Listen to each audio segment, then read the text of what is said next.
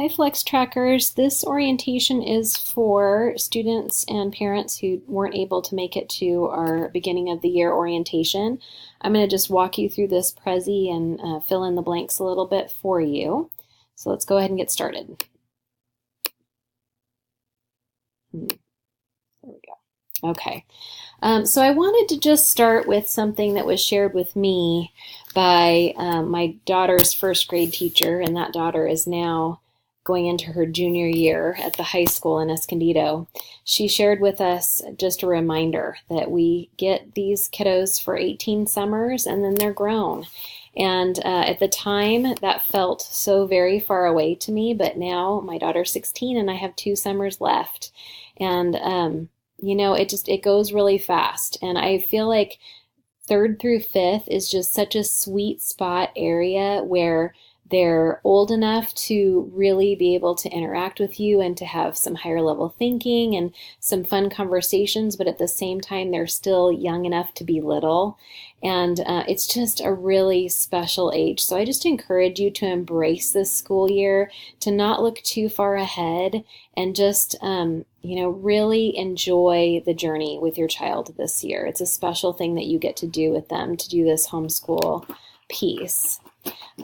Every year, our schools have a culture point. There are 4 that we rotate through, and this year our culture point is passion. And I just wanted to start my presentation with sharing with you that, teaching truly is something that is a passion of mine. And I hope that if it isn't for you yet, that hopefully homeschool and that special time with your child and that connection that you have with your child through this journey will be something that really lights a fire inside of you for teaching as well. A little bit about me. This is my husband, Tim. We've been married for 20 years. My daughter, Selah, is a junior at the high school. And then my daughter, Jessa, this is actually a couple years old. My daughter, Jessa, is now a 7th grader in Flex with Mrs. Lewis at our school. And our story began when my daughter, Selah, was 4, and we went to an open house at Coastal Academy, which most of you know that is a sister school. And I had really no desire to homeschool. I had been a classroom teacher and I was kind of on the fence about what I even thought about homeschooling and that being a viable option for us. But we were led around on a tour by some of the ASB junior high students at Coastal Academy at that open house, and we were just so struck by how poised and how respectful and well-spoken they were. And my husband and I came away from that saying, we're going to do anything that it takes to get our kids at this school if that's what they're going to turn out like. And if that means homeschooling, then that's what we're going to do. And then little by little, as I spent that time and kind of learned the ropes, it was tricky at the beginning and it's been rocky along the way here and there. But I just really fell in love with homeschooling and what it has done for our family. And so I hope that that you will have a similar experience where you just really feel like this is home for you and your student and your family. And I hope that it blesses you as much as it has been for us. A little bit about me. I earned my bachelor's degree forever ago at Arizona Christian University. My very first class I ever taught was here in California in San Diego, a private school in San Diego. It was a 1st and 2nd grade combo. And then I taught at Tri-City for a couple years, 1st grade. I was a homeschool and co-op teacher I have been for 11 years. And then when my youngest daughter was in kindergarten at Coastal, I was helping a lot in the classroom and I thought, hey, I could kind of dip my toe in here a little bit and start subbing and get back in the swing slowly. So I did that. And then I was offered the job at TCA Vista 4 years ago where I taught 1st grade for a couple years. And then the opportunity came to create Flex with Diana Stein, who has just become a dear friend of mine. I love her so much and I value her input so much. And this has just really, truly been a dream come true, a passion realized for me. And now I'm a BITSA support provider, which means that I help teachers who are new, who have to clear their credentials, to learn best practices in the classroom. I get to go observe their classrooms and learn some new things myself along the way. So that's really pretty cool. Some of my hobbies include reading, knitting. I enjoy knitting, mostly loom knitting, but I'm learning on needles. I like to sing. I love technology. That's not really something, I didn't really ever think of myself as techie until I got involved with Flex and discovered all of the amazing things that can be done with projects through technology, and I was kind of hooked. So if your child likes technology, this is definitely the right class for them. I enjoy essential oils. I do diffuse in the classroom, and the kids seem to really like that. I have had some health challenges the last few years with an autoimmune issue that comes and it goes. So the healthy eating thing is an interest by necessity, but it's good. It's working out for me.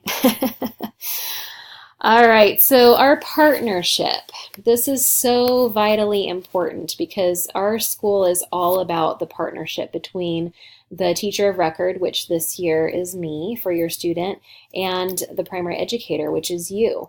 And that partnership starts with trust there at the top. I am trusting that you are working in the very best interest of your child and that you know your child much better than I do. You know your child better than anybody.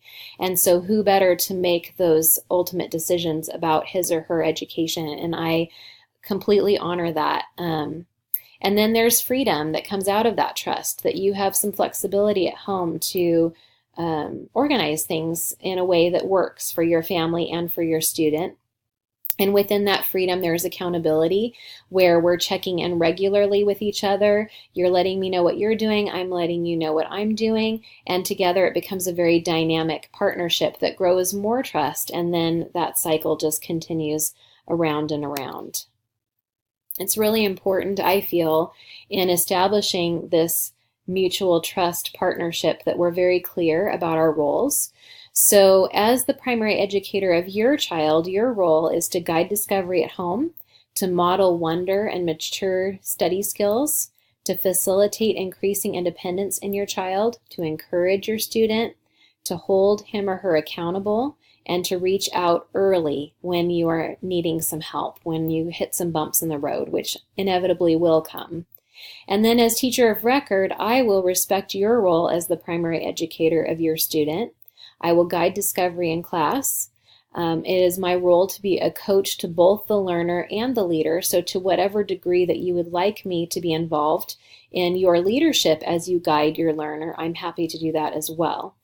I'm also happy to suggest resources for deeper, richer learning if you're interested in going off the beaten path a little bit in a couple of the areas that we'll talk about shortly, and you need some help with some resources. I've been doing this homeschool thing for a long time, and I have certainly gone off the beaten path multiple times, and I've done a lot of digging for some good resources. So please feel free to ask me about that.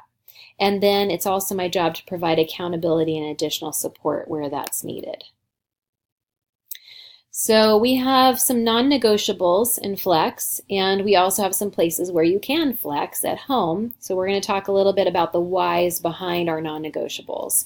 So the one that I probably get the most pushback from at the beginning from families who are new would be with Khan, because it's a very different way of doing math, especially for adults who have typically done the textbook model growing up. And also, the kids tend to look at Khan more like a video game type thing, and they want to just speed through, and they're not really interested in watching those videos. So I have a lot more to say about that in the math tutorial, and that is embedded into one of your first homeschool days. So you'll get to watch more about that.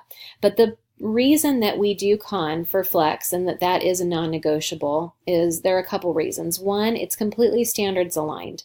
So because we have 3 different grades, it's really basically impossible for me to teach set lessons that are grade level and curriculum specific in our model. So it's really important that students are working independently and that independent curriculum is definitely, that we make sure that is hitting all the bases.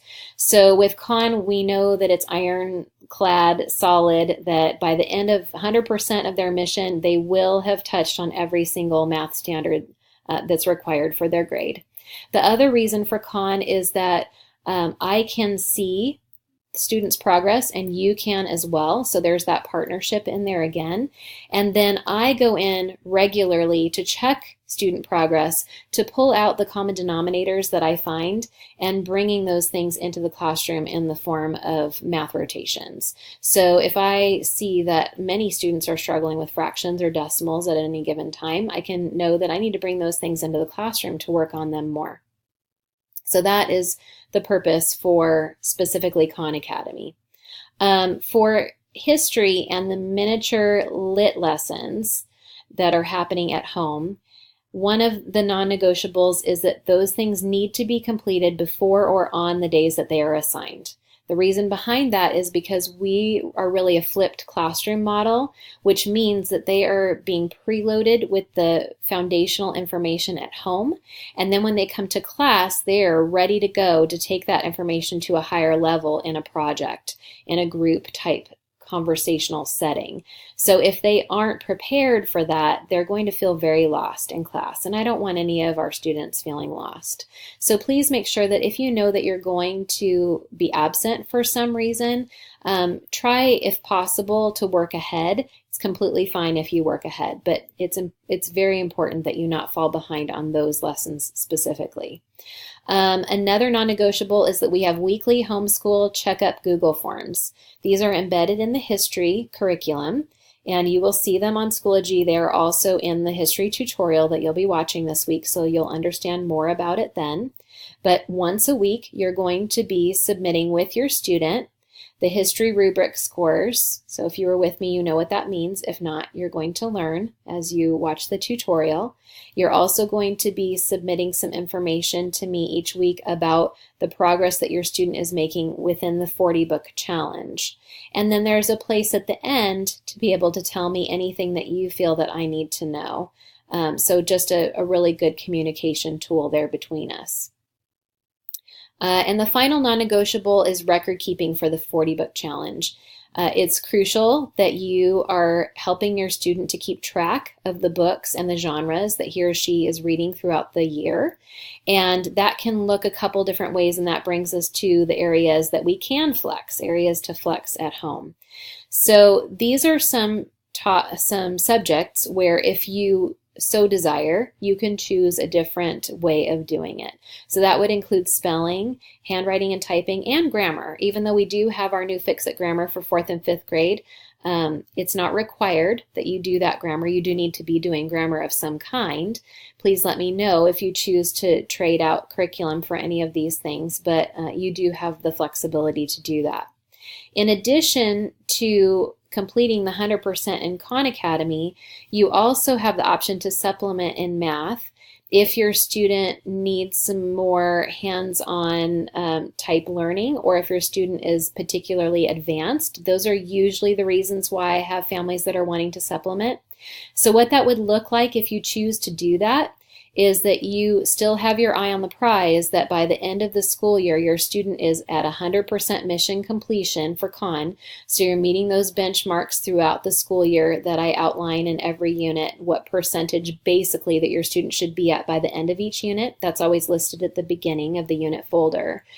But you are maybe doing partial Khan and partial something else, and still making that work where they're progressing in Khan quickly enough, but there is time within your 50 minutes. Maybe you're not spending your full 50 minutes on Khan. Your student still is progressing well, but you're maybe spending half the time or maybe a quarter of the time with something different to supplement.